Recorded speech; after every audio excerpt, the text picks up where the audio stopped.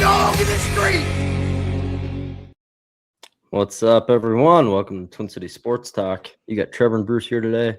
Main thing today, we're going to be going over many wild players on some big bargains. Billy G extending these guys early before they really reach their climax. There's definitely a good list of guys we'll go through. First off, our sponsor for today, Kitchen Wise and Closet Wise, a family-owned and operated business proudly serving the Twin Cities and surrounding areas. If you're ready to truly maximize your space, they are the team to know. They specialize in creating custom solutions designed around how you actually live. Kitchens, closets, pantries, garages, and more. They transform underused or cluttered spaces into something both beautiful and highly functional. What sets them apart is their focus on smart layouts, quality materials, and custom designs that make the most of every inch. If you want storage and spaces that work harder for you, Kitchen-wise and Closet-wise will make it happen. Call or go to their website to get someone out for a free consultation. There's their phone number right there. Thanks for sponsoring Kitchen-wise, Closet-wise. Everyone go check them out. Tell them Twin City Sports Talk sent you. So there we go. Before we get to our wild talker for the day, the NBA trade deadline is in 2 days, being this Thursday at 3 o'clock. Are we going to see a Luka Doncic type deal for a Giannis Antetokounmpo or someone else? Kobe White, someone else, anyone.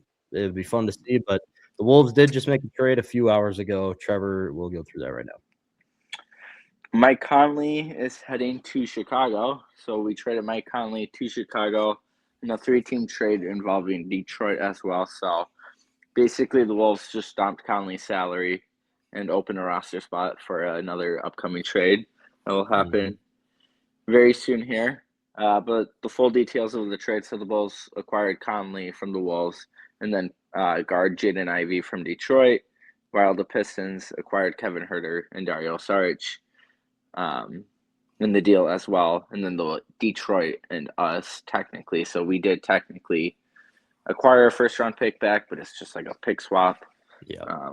It's my understanding. So basically, Just trading picks, so salary dump, open a roster spot for like Bruce said, Giannis or Kobe White, and then those are the two big names. It sounds like it will be one of those two because either they're going to go fully all in on Giannis now. Yeah. As I know it's like us to Heat, and I know the Warriors have been rumored, but now it's sounding like Heat and the Wolves are like the two favorites for Giannis. Yeah. If we don't get Giannis, it sounds like it'll be Kobe White. If both fall through, I'm sure they've got another plan, but I saw that James Harden declined his player option. So the Clippers came out saying that James Harden could be on the table. So yeah, because I know the whole Harden and what's the Cavs play? Garland. Oh yeah, the whole Garland and Harden, which really doesn't make sense because I think Harden's 38. I think it's 38. If I'm off, it's right around 38 for Garland, who's mid-20s. So it just seems like a really weird trade for Cleveland. I get Harden obviously is still playing well, but I guess I don't know. Maybe there's something going on in Cleveland where Garland wants out. That I don't know. I haven't paid attention. I don't know if you have really followed it closely, but it's weird to trade a 38-year-old for a mid-20s guy. But that's besides the point. Yep. But yeah, sounds like Giannis or Kobe White to Minnesota. Which. Yeah, and I will say, like, the Giannis talk has gotten a little bit more serious now. Wolves seem, just like Trevor said, kind of the Heat, and the Wolves are really the front runner here. I did see the Warriors are open to trading Draymond Green, which that's like the last piece of Curry. Yeah, that just came out about 30 minutes ago. Sure, but that's more Curry being like, yeah, trade this fool. I can only put up with him for 15 years of my life. Yeah, exactly. The Wolves did say they're trying to find a third and fourth team to kind of facilitate a Giannis trade, even out the money with everything, even out player personnel, draft pick, really everything. It's a huge trade. You kind of need some other teams to take a blow here a little bit, for a lack of a better phrase there. But yeah. Gosh, I forgot, and I should have looked this up. I forget how much money we cleared for Conley, because even with Conley's like salary cleared, we're off the books now. Like the money is still gonna be tricky, I gotta believe, because I don't know if this will put the Wolves in the second apron. I'm so confused on like I get like the basics of it, but Yeah. the advanced and like the super detailed stuff of are you in first apron, are you in second apron, are you not in Mhm. either of the aprons? I know we're in the first apron for the Wolves, but yeah, when you're acquiring a Right contract now. like Giannis and you got Ant's contract, I Okay, get so trading Conley saves the Timberwolves approximately $20 million in luxury tax, reducing their projected tax bill from $24 million to roughly $4 million, while also dropping them below the first salary cap apron. This move clears $10.8 million owed on the 2025-2026 season. again I Oh, think for you and I, we understand the cap savings. The whole tax thing I've never it, understood to this day. For it's a listeners, big Bruce and I, process. Yeah. We know NFL cap. We understand it way more just because there's like you're literally Oh, just it's kind of just set rules. tracking cap space. Where NBA, you got aprons, you got tax money, you've got then cap space money. Yeah. But it all sounds good, right? We're clearing money. You're opening a roster spot. I was gonna Mm-hmm. say one last thing with Giannis before we shift. Is I'm like, if we want to trade Nas, I'm for that. Not that I want to trade him, but obviously you got to trade talent to get talent. The only Yep. guy is Ant McDaniels. Yeah. I Yep. get you're trading for Giannis, so it's gonna be a high asking point, but I'll do Randall, I'll do Gobert because obviously you got to match the salary, and then you'll have to Mm-hmm. throw in other assets. But if McDaniels is in it, I'm out. But then Yeah. again, So it's Tim you Conley, would so you hypothetically accept a Randall, Nas, and like 2 first-round picks? yeah, I Yeah. think. I mean, Because I'd have to okay, think more about Trevor it. knows more than anyone how much I despise Randall, especially in a fast-paced like playoff series. I don't think he can do really anything for you against the Thunder in a playoffs. He proved it last year. Yeah. He can't he just can't compete there. And the thing with Nas is such a fan favorite. It would suck. It would really suck to lose him, but Nas is very inconsistent sometimes. I mean, some nights like his main weapon right now, which I can argue it shouldn't be, his main weapon is his three ball. Some night he's going to explode for 6 or 7 threes here, and then last night against the Grizzlies, he was like 1 for 8. And we actually just had 2 games against the Grizzlies in a row. The first game he did explode for like 7 threes. But yeah, Yeah. last night 1 for 6, 10 points.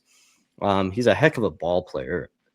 100%. But the thing with Nas that I've criped on a lot is with how fast he is and how big he is, being 6'11", the dude needs to drive into the lane with his athleticism and become more of the big jelly player he kind of marked himself into the league with. That's what he was known for in college at LSU, and just being like that was his nickname, Big Jelly. I want to see more of that. Like, so it Yeah. would not bother me one bit.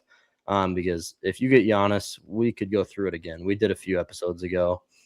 You automatically become a title contender, like many steps above from where you are now if you get Giannis instead of Randall and Nas. But Randall, don't care. Nas, inconsistencies make me not care a lot. But then the other name obviously is Kobe White, which that wouldn't make as much as Nas. Obviously, the contract also isn't as hefty. I think for White is the one where you just have for this last part of the year, right? Just this half year, and then yes, that is what it That is. sounds right. Yeah.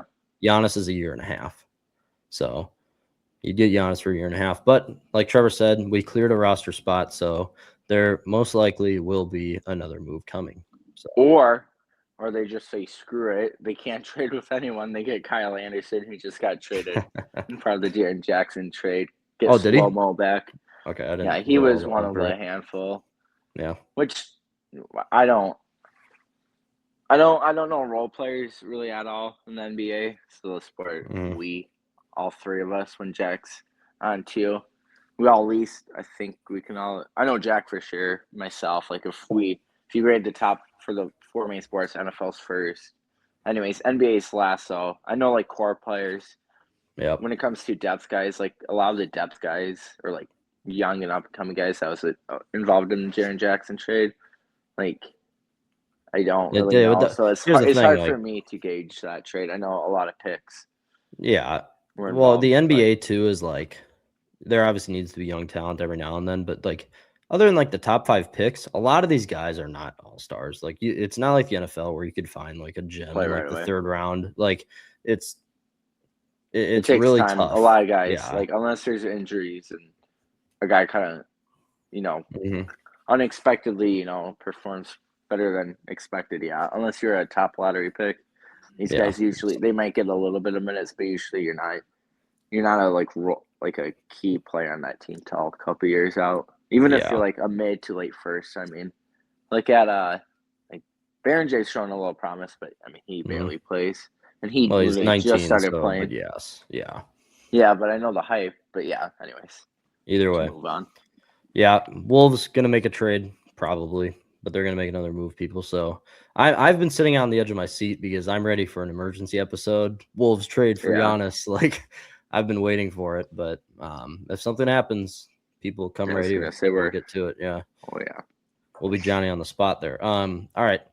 2 games last night. Wild and Wolves both played. Me and Jack made predictions on it. We're gonna pop that up right here.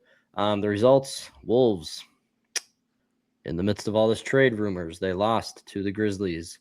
You got to hand it to the Grizzlies, though. The Grizzlies could more not aggressive. miss. They just Yeah, also just could not miss a shot. If I go back to their field goal percentage, yeah, so they were literally 50% from the field. So, I mean, you can't really win most games. And they were also 46% from 3. Can't win most games if that happens. But positive, well Ethan Michaels. that I know. or What? yeah, not to cut you off, but I was gonna Yeah, say yeah. it helps too. Of course, they had Jaren Jackson Yes. 12 hours before they shipped him. So, Yep. because I know he was obviously had a very good Mhm. game. But anyways, keep going. Which is also interesting because Jaren didn't play their first game when they played back to back. He had an illness, but played last night. Wolves lost. Ethan Michaels, I know you had a great time at the game last night. Wild win, another overtime game, 4-3. Kirill with the overtime winner. Super fun game. Another one of the funnest games of the year so far for us. But they just keep producing these overtime games, which I'm gonna go right to I'm my not complaining. prediction. No, It's I'm so not fun either. watching that overtime, that Yeah, victory. Now, I was talking with my brothers about this. We were playing a little PS2 throwback action. heck That yeah. was so great. Anyways, but staying on point for the Yeah. overtime hockey, when it first, I don't know how many years it's been, but when the NHL, changed it to the 3-on-3 format, that's been so Mhm. great. It's so much more action. You see all the skill players doing their Yep. things. I would love if they installed the basketball rule because obviously this goes up whether it's NBA, college, high school, or youth basketball. For Mhm. right when you cross half court, you can't obviously over and back, right? You can't go Oh, cross back. okay. Why can't hockey? If you really want to continue making it, because so many teams play, almost every team now you play it passive. So unless you have like a grade A Yep. chance, right, you're not shooting the puck until you can Have get the perfect a chance. great Yes. play, right? Because you don't want to give up possession Yeah. for a very low chance or low scoring chance. So Yep. install the over and back rule or whatever you'd want. I mean, you could really call it that. But once when you cross neutral zone, you Okay. can't reset it. You can take it out of your attack, like the blue line, and reset. Like when you got to touch up for offsides, you Yep. shouldn't be able to pass the puck all the way down to your goalie or literally reset all the way back in your own zone just to come back up. I know you lose speed That and all would that, add but an element. but Yeah. like why? And I feel like I've never heard I haven't heard any because with NFL rules you can always see like we before the kickoff rule changed we saw the there's talks of making it safer where Yeah. and obviously it changed right you hear these rumors before it usually happens but I feel like I've Mhm. never heard any of that discussed for hockey. I don't know if that's Hockey considered stayed the hot same. take. I don't know You if should have people would saved that for agree. tomorrow. That would have No. been or wait, today is Well. Hot Take Tuesday. Oh man, I am all jumbled up. All day today. I've been all day Anyways, I've I've got thinking another it's hot Monday. take, so I'm not worried about it. But Okay. Yeah. that would be, anyways. Yeah. We'll get back on track here. Perfect. I would say if the NHL was going to change something, it would be the playoff format. Because that That's is true. Yeah. still the big topic here. The Wild with this one last night did pull within 5 points of the Avs, which the Avs have been stumbling just a little bit. Of course, when the Wild are going on a big winning streak now, Dallas also has to go on a big winning streak. They've won 5 straight. So that's just how the cookie crumbles, people. And Trevor did make a good point earlier today. The Avs have also played 3 less games, so it's more of a stretch than people assume. So either way, though, talking about the overtime last night, that was my player prediction that the Wild would have another overtime game, which it's still unlikely, but I got that, and I had a phenomenal night. I said the Wild would also win, and I said they would win 4-3. So that is a score prediction and a good game winner prediction. The Wolves, I did say they would win, along with Jack. We both said they would win. Ended up being wrong. I did say Jaden McDaniels would have 18-plus points. Correct. Jack said Nas would have 20-plus points. He was coming off a night when scoring 20, but then Nas went cold last night. And then Jack, he said the Wild would win 5-4.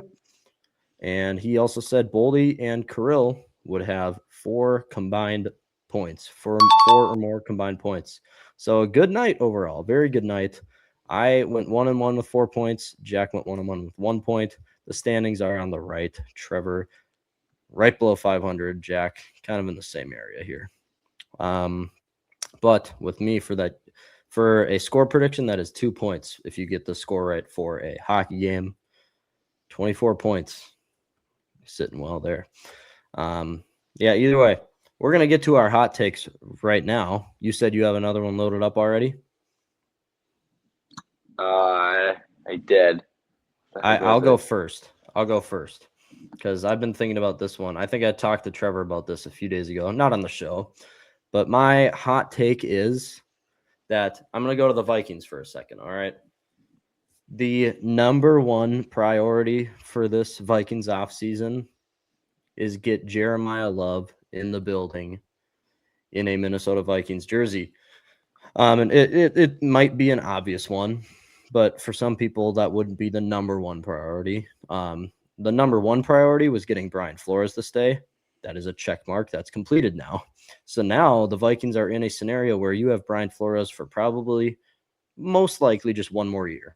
Probably just one more year of Flores. The defense is already going to be top 10. Now, I don't care who you trot out there. They're going to have to cut a few people. Hargrave, Allen are some candidates there. But they are going to trot out a top 10 defense now that Flores is back, undoubtedly. And what the offense lacks, people can argue bad quarterback play. JJ was good the last 4 games. Very good. All right? He will be fine next year. But what Kevin O'Connell needs is a legitimate running back to take off some of that load. Because if you get Jeremiah Love in the building, he is the only player in the draft that will make Kevin O'Connell say, man, okay, I can't just not give Jeremiah Love the ball. This kid is Ashton Genty, but better, in my opinion, and a lot of analysts' opinions. This forces your coach to run the ball, which all of us cried about for this entire season, basically, up until the last 4 games. JJ succeeded because they only needed to pass the ball 25 times a game. And he relied on the run game. If you get Jeremiah Love in the building, the Vikings offense takes many steps up. The kid is great in the pass game. I actually just did some film study on the show a few days ago. I was doing the NFL draft running back prospects who I'd like to see the Vikings draft at the running back position. Went through some film on there. Went through one of his best runs as a Notre Dame Irishman. So everyone go watch that.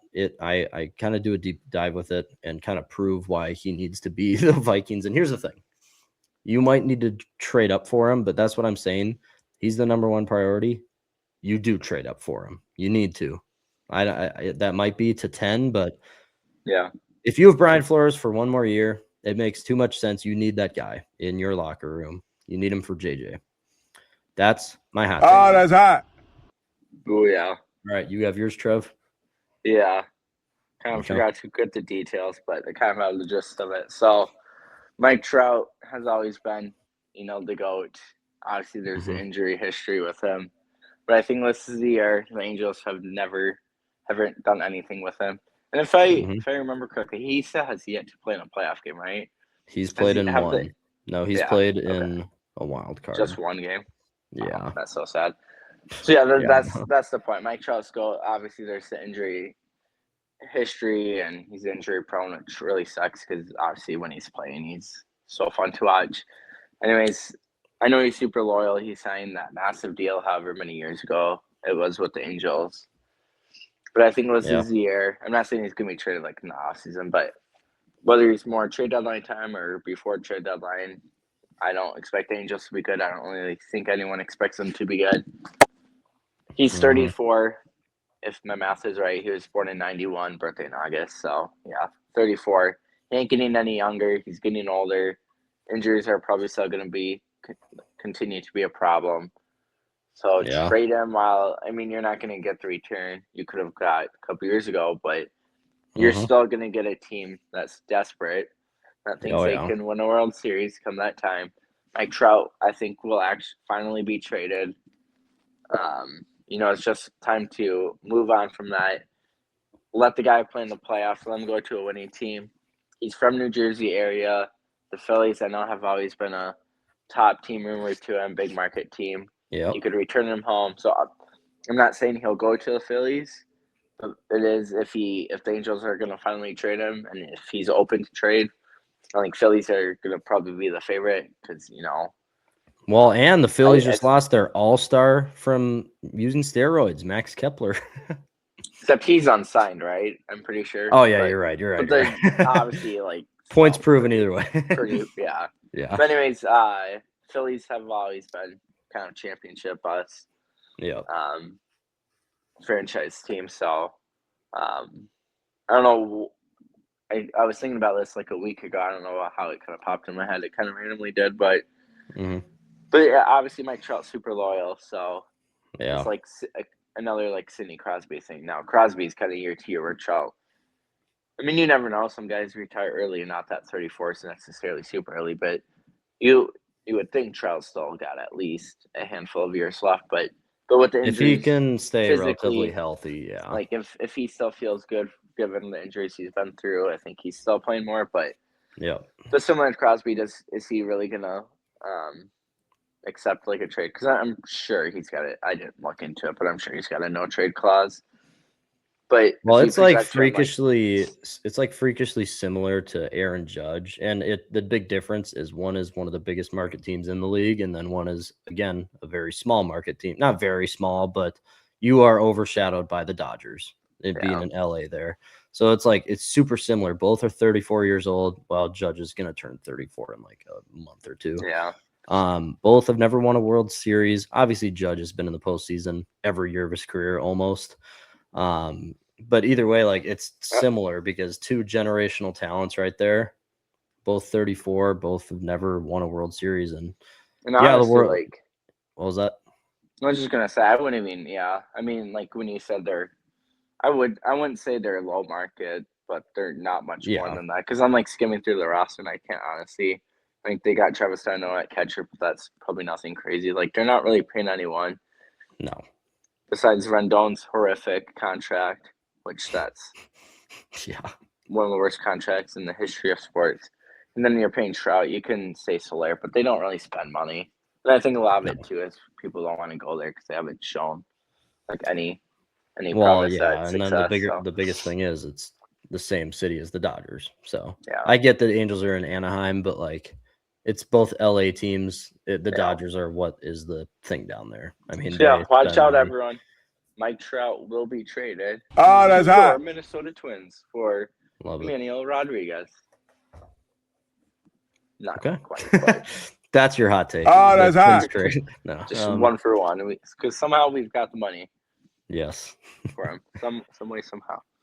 All right. Now we are going to be getting to our talker of the day here, talking about Billy G for the Minnesota Wild, the general manager, and how he has done a phenomenal job getting his players to stay at home by extending them for many years and on deals that are super team friendly.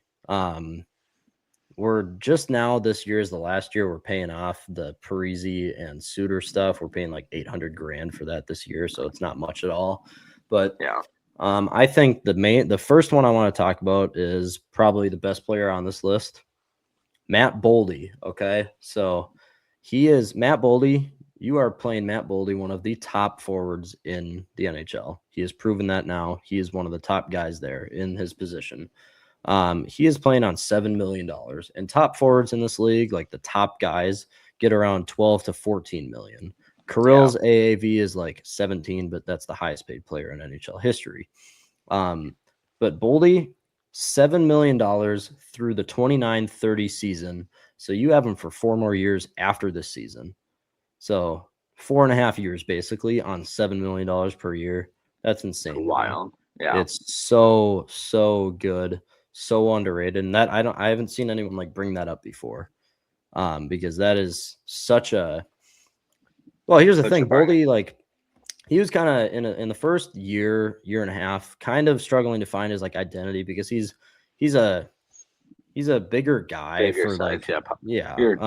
He kind of fits that typical power forward, but he's got plus scoring ability. Exactly. But like he really couldn't find his identity because with that size, he was like, oh, it almost seems scared to get in front of the net, be a little bit physical. He tried a little bit to be too finessey, if that's a word, with the puck and stick handling all over, but he's doing it all now. I mean, everything's improved, and it's props to Billy G and the staff for seeing like, and he was never a bad player. I'm not saying that, but like they knew he could reach another tier, and now he actually has. This year has been, I think he's top 5 in goals. He was injured for like a week or two there, so that may have hurt that. But either way, $7 million for a top forward in the league. Insane, crazy, absolutely crazy. So phenomenal as our first one here. And I have 6 on my list here. Yeah. So the next one being Joel Eriksson Ek. Okay. Eriksson Ek. So top, I think top center is like 12 to 14 million again, kind of around the top. Yeah. Ek is 5.2 million per year. 5 million per year for this and 3 more years too. Yeah, 3 more years after this. So that you have Boldy and Ek, and Ek is 29 right now, so he'll be 33 or 32 or 33 at the end of his contract. You could probably sign him to a smaller one after that. Yeah. Either way, Eriksson Ek at 5 million per year, another crazy one. It's just signing these guys before they reach their top peak year talent-wise and production. Very, very good from Billy G. But then the next one, another phenomenal one. This guy's one of the best defensemen in the league. He's on Team USA, Brock Faber at 8.5 million. That one's a little bit more expensive than the others, but top defensemen in this league are usually sitting around 9 to 12 million. So you get him for a bargain. Okay, but for Faber, you have 7 more years after this with Faber. They signed him to that 8-year deal last year. So you have him until his last year is the 32-33 season. Brock Faber on an $8 million deal. He is 23 right now, right? 23. He's 23. 23. So, I mean, Faber until he's 30, which he can still play after that. So you could probably sign him in another extension when the time comes. Yeah, but he'll probably, especially like being the Gophers kid and everything. But that's another great one. I mean, he's already a top defenseman in the league. You guys saw that goal he scored against Edmonton too, where he got around Bouchard down there and sniped at top shelf. But the other thing is like if people for comparisons, like if you want to compare it, just take for the USA Olympic squad here, you got Faber and Hughes defensively, and then Boldy as forward. Yeah. And you compare it to all their teammates they'll be playing with on Team USA. These 3, I don't know what it is. We should have looked. I just saw this off the top of my head. That'd be like a fun comparison. They are probably, if not the bottom 3 salaries, Hughes might be. Well, actually, Hughes is only getting paid $7 million right now. Yeah, I was gonna say he's low too, as is. So all 3 of them, they're definitely not middle, and they're definitely not top. They're definitely out of every player that's on the Team USA or USA roster, they're probably the least paid players. And they're some of the best on the Team USA roster. Yeah, so exactly. Yeah, absolutely insane what Billy G has done here. The next one I'm going to go. So goalies, the top goalies, Sergachev, Bobrovsky, Hellebuck, they get paid 8 to 11 million. Okay. And Gustafson is getting paid $6.8 million through the 30-31 season. So you have him for 5 more years. This year, he's getting paid $3 million. Yeah, 3.7. 3.7 for this Big year. bargain. Yeah, but 6.8 is still a bargain for a guy that's right. proven Yeah, to be for sure. a top 10 goalie in the league year in, year out. Another great contract from Billy G. I mean, it's really fun to see this. But yeah, I don't have anything else to say about that. But here's the thing: if you're gonna trade Wallstead, which that's been the rumors, again, none of us really agree upon that. I don't want to, but I think the only one that I've seen where you gotta like consider it. Well, since you have Gustafson now long term, since they literally just gave him that extension going into before this year started, is Shane Pinto. Hopefully, I'm saying that right. The Ottawa young center. Yeah. So you can argue because he was like one of those fringe guys with. I know there's like Cole Caulfield of fringe guys that just missed out on Team USA. Yep. You can argue that because we're weak at center. My thing is, you have my kind of thought. I would hate like all of us are in agreement, but you do have Gustafson, right? So Wallstead, you can make an argument. Maybe it's not 50-50. Maybe like, and especially for you're a year or two from now, right? When Gustafson gets a little bit older and Wallsted's continuing his prime, you can argue Wallstead would play more as those years go by. But it's not like you play your goalie every day where, if you acquire a top forward or a skater in general, they're playing every day. So that's kind of that argument. I think had we not done the Gustafson thing, I don't think you even consider trading Wallstead because he's your future. I mean, that's the only reason why they're that would be the only. But even then, like we're all hesitant. I mean, he's 23 years old, playing this well at 23 as a goalie. Really hard to do, and he's always a top prospect. So Trevor and I are kind of in agreement with Jack and everything. We wouldn't do it, but I mean, we can see why. I'm quickly looking at his stats on Ottawa, Shane Pinto. Oh, okay. I apologize if I'm saying that wrong, but so I got it pulled up here. So he's in his 6th year on the team. His first 2 years he barely played. This is his 4th time being like a full-time NHLer.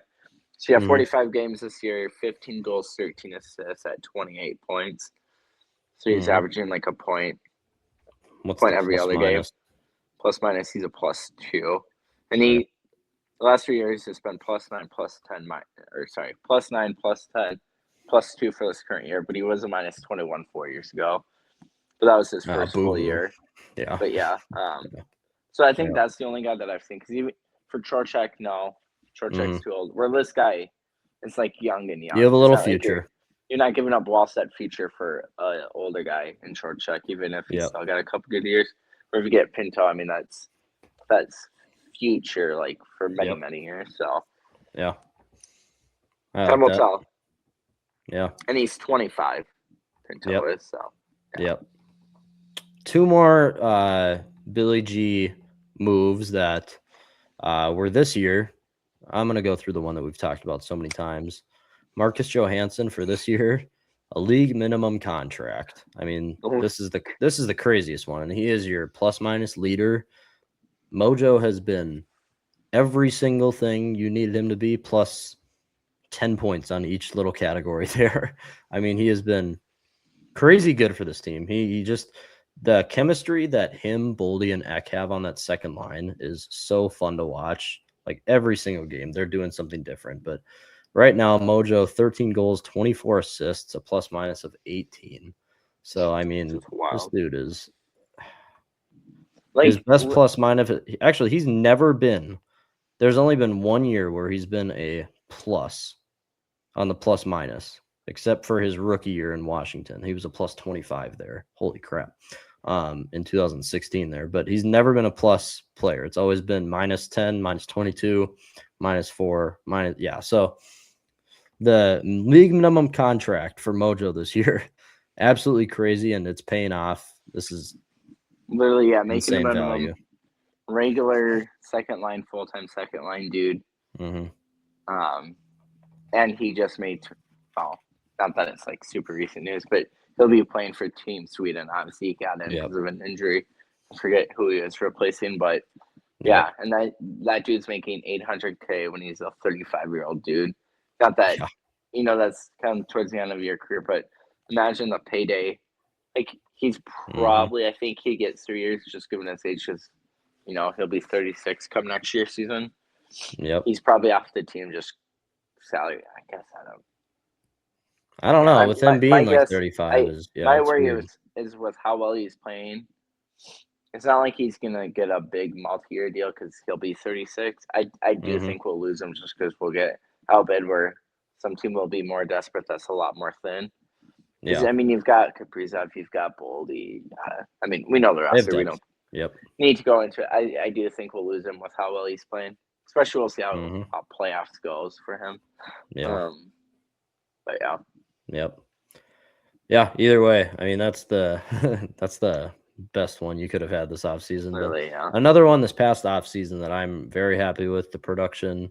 You're not going to get scoring out of him, but Nico Sturm, 2-year contract for $2 million per year. You're not giving him much. You give him much, or you give him less than Jakob Trenin. So that is the line right there, and that's how you know it's a good contract if you were giving him more or less than Trenin. But yeah, I mean, Sturm, again, you're not going to get scoring out of him, but he's going to win you faceoffs. And that's one of the bigger things here. Sturm's going to win you faceoffs. He's good on the PK. He's kind of that top man on that kind of diamond little zone or whatever you want to call it when you're on the PK and in your team's zone. So he does the dirty work well. He's aggressive, but he's just a great veteran to have back because he was an old friend. He was on the Wild before. Great to have him back.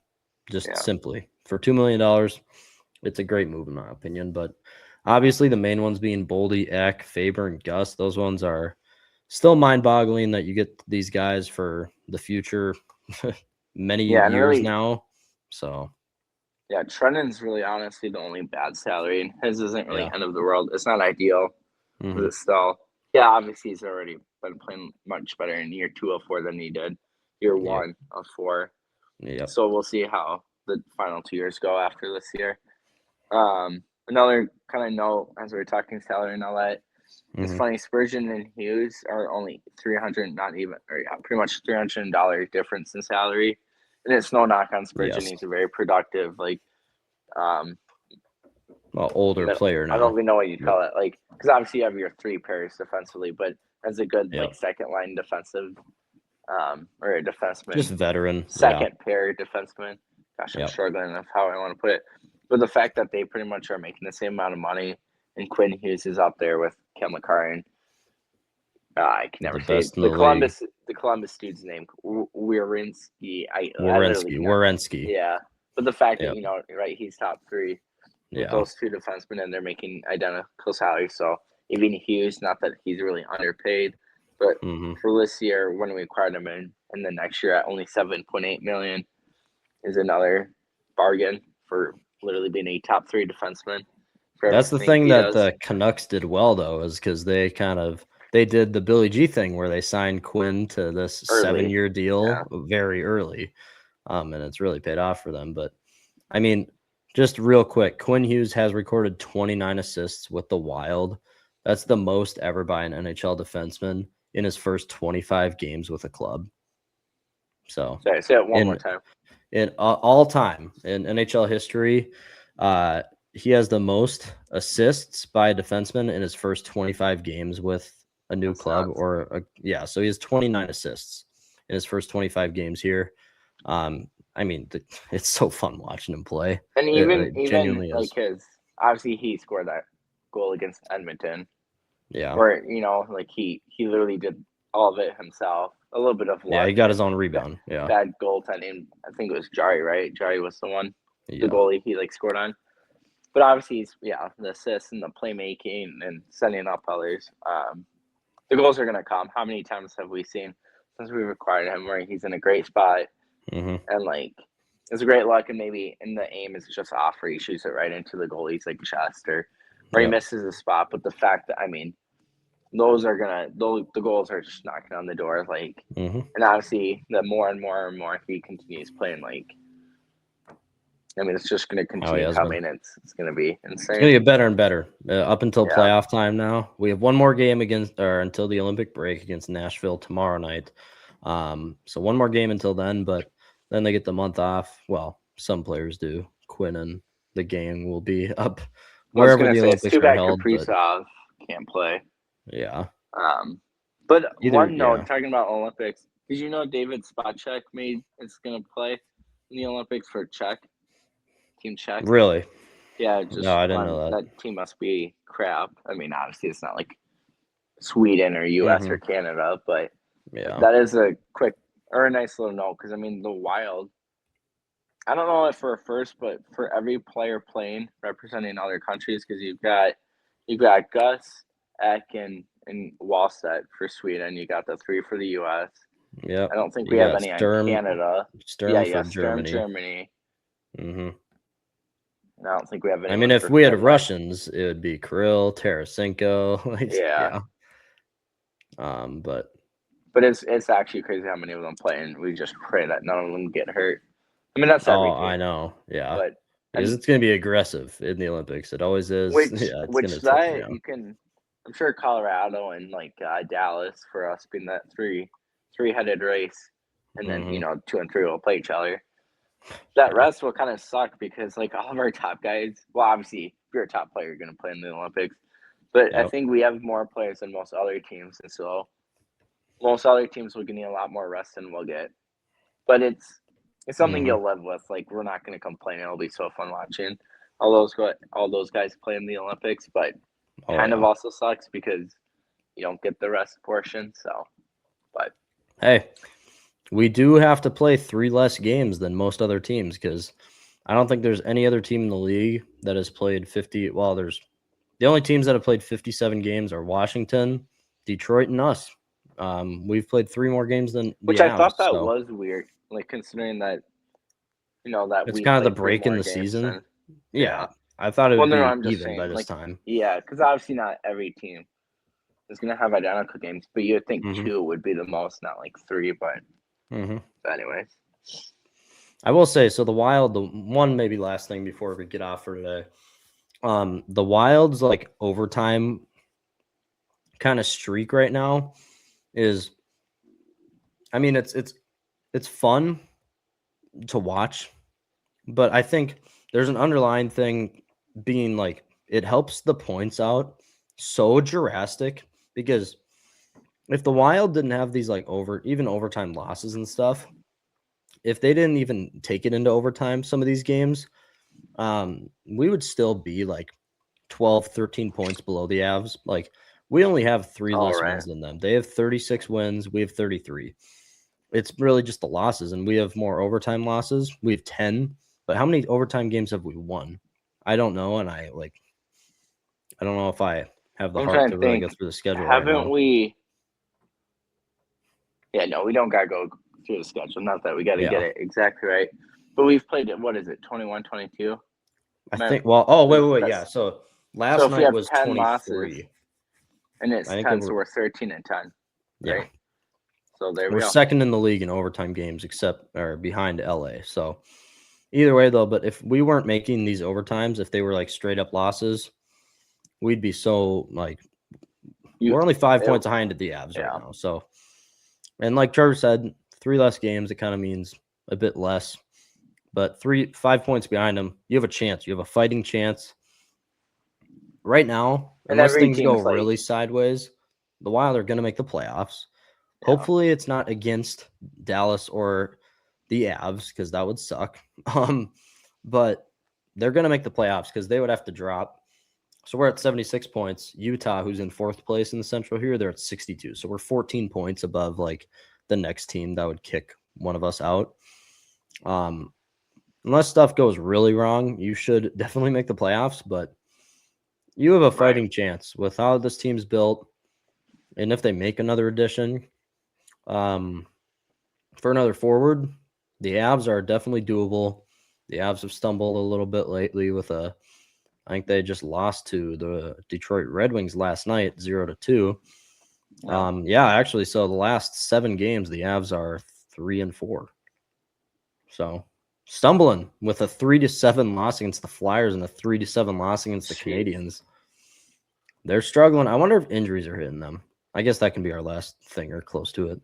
No, just Landeskog. That's it. Well, I was gonna make that point as we are talking. So if I jinx us, I'll knock on what is not wood here, but Mm-hmm. you get what I'm trying to do. Mm-hmm. When we were talking about the division and the top 3, I think every Yeah. team is one massive injury away, which I don't really believe in jinxes or anything. So I don't Mm-hmm. really care saying this, but like say McKinnon or Kaprizov or Robertson or number 1 goalie goes down, right? That can Rantanen, like yeah. obviously really change the whole standing. So obviously I think it's like 30 games left, give or take, right around there. So Yeah, because the final Stars too, stretch the of only injury they have is Labushkin. So they have one right, injury, that's which is a defenseman, so it doesn't yeah, I was matter gonna that say, and much. he's And not Heiskanen or yeah, Harley obviously or anything. Landeskog, that's a big one for but Yeah, but he's gonna even be then, back after the break. So but like it's one he's injury. So I think Landeskog would be like Johansson of us, where it'd be a key loss, but it wouldn't be like losing a Boldy or a Kaprizov or a Hughes. well, you're right, because both Landeskog and Mojo are a plus 18. So Are they basically really? exactly similar. Jeez. Yeah. So Wow. yeah, either way, but Landeskog, I guess Martin, how do you say his name? The Nichas, I think it's Natchez. Natchez, That's a I weird one. forget, The but Necas. I but think it's he is a Natchez. big guy for them. Like he is real good. He has 22 goals, 40 assists, plus Well, that minus of was the 35. He's their first line uh, center. So yeah, I know, but that was the guy they acquired in the Rantanen yeah, deal before Rantanen yep, got flipped again. But yeah, yep. But yeah, he's a big one. Yeah. Either way, like the Wild, great job closing out this kind of, I guess, first half of the year here. Like phenomenal job winning 4 straight here. Hopefully you go win it tomorrow against Nashville, because Nashville's nothing special for the most yeah, part. But Nashville. They're just focused on yeah, their country music. true. Yeah, yeah. I mean, I would not that this is must win or anything, but you win this game, and then yeah, you've got your Olympic break and all that. Yeah, but It'd be then you nice. come right out of the break I playing see the that Avs too. Avalanche. So Yeah, you could, if you can come out of the 1-2. break 5 points behind the Avs, you could jump within 3 with a win right there. So And these are the. I'm taking a look. So the first game out of the break and then shortly after March 8th are the only final 2 games against the Avalanche. Obviously, yeah, we've played them a couple times prior. And then the also it's like Stars, really soon there. the only game for the Stars I'm seeing is the 4th final game, April 9th. That's in Dallas.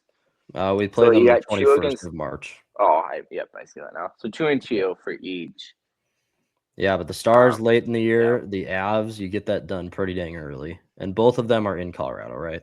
Because we played both here in For the Minneapolis. Stars, So I see it's one of each, and then yeah, the Avs are Colorado's both each in in Colorado. Colorado. Yeah. Either way, first game out of the break, which also, if you go to the Avs schedule, I think the Avs, I think they play a team before us. Yeah, so they have back-to-back.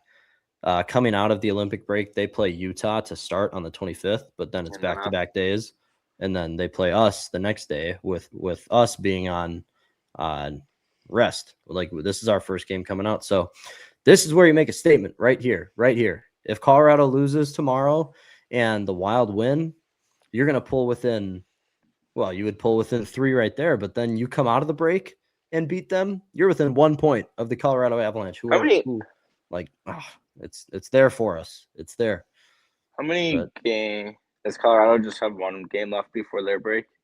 yeah, one 'Cause more honestly, game that's kind of when it's tomorrow. looking like the games will kind of even out, even if they have one, right? So you're saying it was one? Well, we both Yeah. have one tomorrow, Yeah. so Yeah. Okay, so that'll still say stay at a 3-game difference. yeah, Okay, and they never play the mind. Sharks. So Sharks are legit this year. Macklin Celebrini is Well, very fun to watch. yeah, they're Very not fun. bad, but they're not like aren't they like a wild card team? Aren't they kind of middle of the Oh yeah, pack? they're a wild card team, but they're a legit team. You have to play well to beat Yeah, them, they're and literally obviously we know 500, that. But 27, 23, and 4. So yeah. but And they swept stole us, so, Sherwood, or right? yeah, Because he went Kiefer to Sherwood, he did yeah. go he did go to Shark. So Yeah. Yeah, well, and now we're at the point where all three of us Central teams are the top teams in the league again. No one has it's good. 75 points, which the Stars It's have. So, actually so dumb, the whole NHL playoff structure, NFL playoff structure. yeah, I mean, I Carolina think Panthers, you get a home playoff game. Minnesota Vikings, you get a road game against the Rams, which wasn't obviously in LA because of the fires, but Yeah. it's you get the point. I think after this year, if say one of us beats out the Avs, because now there's kind of a chance at it. Say the Avs lose first round to either the Wild or Stars, I feel like they have to make a change because having the best three teams, I know. two of them play each other for round one, And then, it's just one's completely not gonna, stupid. Yeah, one's gonna have to lose. Well, and the fact that the Kings and Edmonton have played in the playoffs first round for the past 4 years. That's the stupidest thing. Every single year. You get the same matchups because it's your divisional games. Besides the 2 wild cards play the top 2 seeds. It's completely bogus. It's so I wonder dumb. if sports, and this could go for all sports. So, is NBA and NHL, well, NBA is just 1 through 8. They have the play-in now. I've always heard, I don't think it'll ever get to this point because it's nice when you have East versus West, NFC versus AFC. But imagine if it's more March Madness where 1/16 play 15 versus everyone. 2. But then you eliminate your conferences. So, but really, I think NBA's got it right. The play-in you can argue, but the structure of 1 plays 8, 2, 7, and so on, it's really probably what it should be. I mean, when you play sports like traveling sports, obviously there's a lot of round robin, but I think I've got that right. Wow, that's been so many years. But forget what I was just saying. But the 1 in 8 should play, 2 versus 7 should play, and don't overthink it. So here's my thing for the NFL. Exactly what Trevor was just saying. Make it 1 through 8 because there's 6 playoff teams right now, right? There's 6 each year. What sport are we talking? Oh, no, 7 because 6 wildcard teams and 1 and then the bye conference winner. But which I like the Super Wildcard weekend. The NFL is not as bad as the NHL, but for the NFL, do 1 through 8. You make no weird thing here with 7. I don't care about a bye because honestly, let's just get rid of that. You're talking? No, for the NFL. For the NFL. I don't want a bye. Here's what you do. You're still going to have each division winner, but the teams will be ranked based on their record. Wins. Yeah. So if for this year, the Panthers got in with a 9-8 record, they would have been the 8th seed instead of the 4th and having a home playoff game. Make it 8 teams. Okay, because that's half of each conference. Each conference has 16 teams, all right? And then 4 division winners, but they are ranked in the order of everyone having their record. So the biggest reason to make it 8 teams is then boom, the Vikings are in the playoffs. That's the only sole reason. We need to get in. We make our own rules. I was gonna say because put us in, but no, I mean it's weird when it's an odd number like that. Yeah, I can argue. Okay, let me go through what it would have been this year. My only argument to yours is just it is nice if you're the top record. I know your conference, you get the rest, but for the most part, I think you and I and the listeners would be mostly in agreement. Yeah, so this is how it would have gone. Seattle would have been the 1 seed. The Rams would have been 2. The Niners would have been 3.